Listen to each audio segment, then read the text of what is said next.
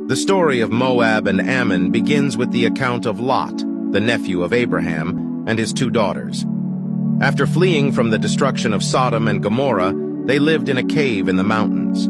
Lot's daughters, believing that they were the only ones left alive in the world, came up with a plan to have children with their father. They got Lot drunk on 2 separate occasions and had sexual relations with him, resulting in each of them becoming pregnant by their own father. The children born from these unions were named Moab and Ammon. They became the ancestors of the Moabites and Ammonites, 2 neighboring nations that were often in conflict with the Israelites. The Moabites settled in the area east of the Dead Sea, while the Ammonites settled to the north. Despite their shared ancestry, the Moabites and Ammonites had distinct identities and histories. The Moabites worshipped their god, Chemosh, and engaged in practices that were detestable to the Israelites. The Ammonites were known for their military might and their god, Milcom. Both nations were often hostile to the Israelites and were rebuked by the prophets for their wickedness.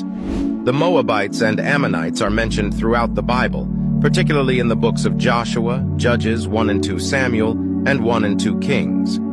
Their relationship with the Israelites was often marked by conflict, but there were also moments of peace and cooperation.